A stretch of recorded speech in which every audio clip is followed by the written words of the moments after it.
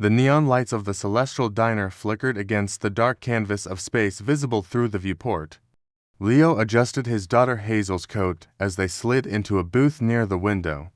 The 5-year-old pressed her nose against the glass, watching the stars drift by as their transport station rotated slowly through the void. "Daddy, look, that one's purple," Hazel exclaimed, pointing at a distant nebula. Leo smiled, brushing a strand of dark hair from her eyes. "Beautiful, isn't it, sweetheart?"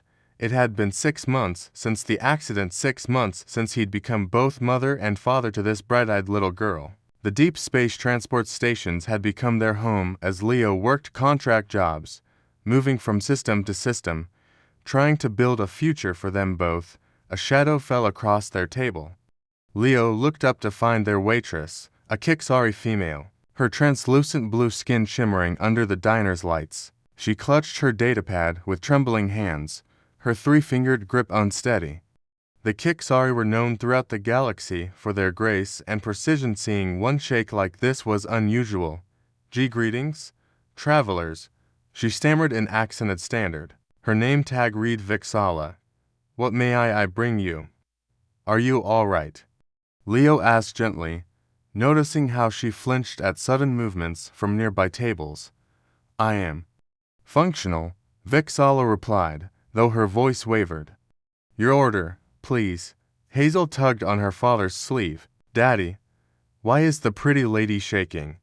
"Hazel, that's not polite," Leo began, but Vixala's large, dark eyes had already fixed on the child. "The small human is curious," Vixala said softly. "It is acceptable." Leo studied the waitress more carefully. Her uniform was crisp, but he noticed the way she positioned herself with her back to the wall, how her eyes constantly scanned the room. He recognized those signs. He'd seen them before in soldiers returning from the frontier wars. "I'll have coffee, black." "Hazel, what do you want?" "Honey. Chocolate milk, with the little marshmallows." Vixala nodded, her hands still trembling as she noted the order. As she turned to leave, Leo spoke again.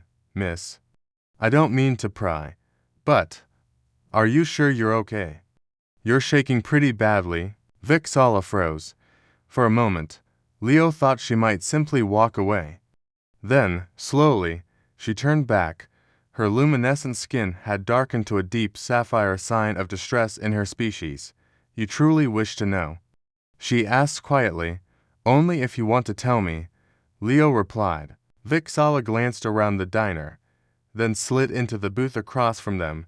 Surprising Leo, Hazel watched with wide eyes.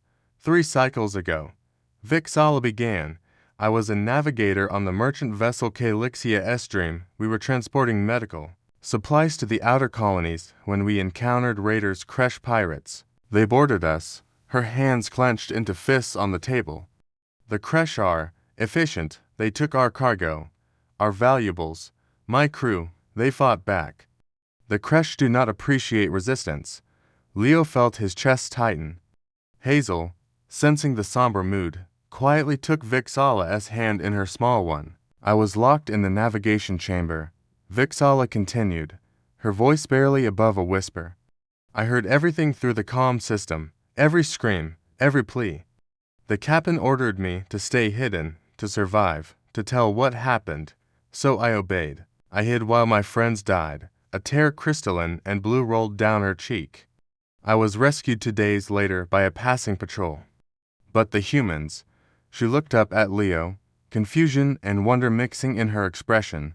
"The human rescue team. They found me in that chamber, half dead from dehydration and fear. And do you know what they did?" Leo shook his head. "They didn't just save me. The team's medic, a human female named Sarah, she sat with me for 6 hours. She held my hand. She sang to me songs from Earth," she said. "Songs her mother sang to her. She shared her own food rations when I couldn't eat the standard provisions. She treated me not as a rescued asset, but as a person." Vixala's skin began to lighten slightly. "The ship's captain, Marcus, he personally escorted me to safety. He told me about his own experiences with trauma, with loss. He didn't have to do that. None of them did. But humans. You carry something we don't. Something most species don't. What's that? Leo asked softly. Stubborn compassion, Vixala said, a faint smile touching her lips. The galaxy sees humans as warriors, as fierce and unyielding, and you are. But what terrifies the cruel and wicked isn't your strength, it's that your kindness is just as fierce, just as unyielding. You extend it even when it costs you, even to strangers, even to aliens you have no obligation to help. She looked at Hazel, who was still holding her hand. This little one asked why I shake.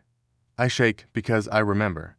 But I'm here, working, living, because humans showed me that survival isn't enough, that there's still good in the universe worth serving. Leo felt a lump in his throat. I'm sorry for what happened to you. No one should have to go through that. And yet, you ask, Vixala said. A single father, clearly carrying his own burdens, takes time to notice a trembling waitress. That is the human way, isn't it? She said, her composure returning. Your drinks will be complimentary today. It is the least I can do. As Vixala walked away, her steps a bit steadier, Hazel looked up at her father. Daddy, are we humans special? Leo pulled his daughter close. We try to be, sweetheart, we try to be. Through the viewport, the stars continued their eternal dance, and in a small diner on a forgotten station, the human spirit burned just a little brighter.